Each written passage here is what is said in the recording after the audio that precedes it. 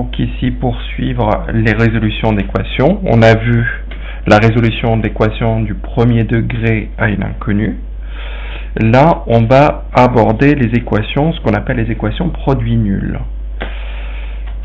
Ce que l'on va voir ici, ce sont des équations qui vont être de degré supérieur ou égal à 2.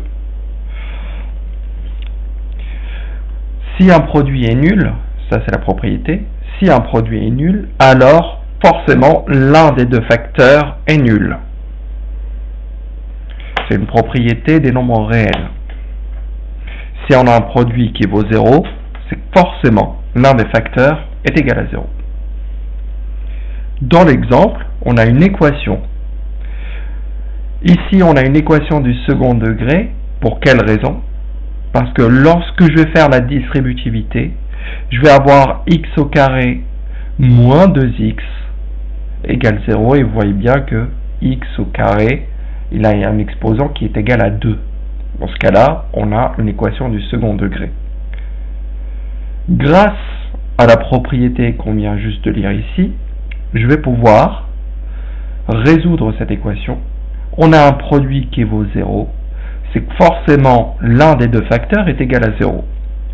Le premier facteur est x, donc soit x est égal à 0, soit le deuxième facteur qui est égal à 0, c'est-à-dire x moins 2 qui est égal à 0.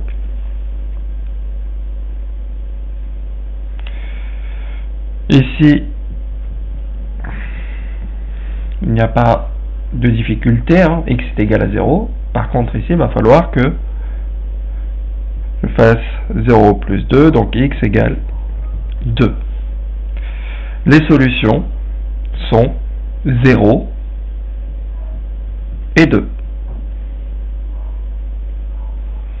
Regardons la deuxième équation. Si je distribue, je vais avoir 10x au carré plus d'autres termes, et vous voyez bien le 10x au carré, il a comme exposant 2. Dans ce cas-là, on a une équation du second degré qui est factorisée, puisque là, on a deux facteurs que lorsque je multiplie, je donne 0, ça donne 0. Donc, forcément, l'un des deux facteurs est égal à 0. Donc, soit 5x plus 3 qui est égal à 0, soit 2x moins 9 est égal à 0. Et vous voyez ici, je vais résoudre des équations du premier degré à une inconnue. Ici, donc, ça nous fait 5x égale, je passe le nombre plus 3 de l'autre côté, on sait comment on fait, ça nous fait moins 3. 2x égale, le moins 9, je le passe à droite, ça devient 9.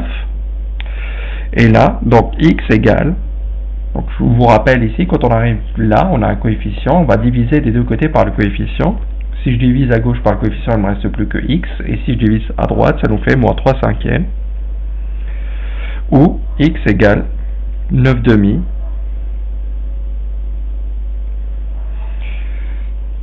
Moins 3 cinquièmes, je peux l'écrire sous forme décimale, ça nous fait moins 0,6.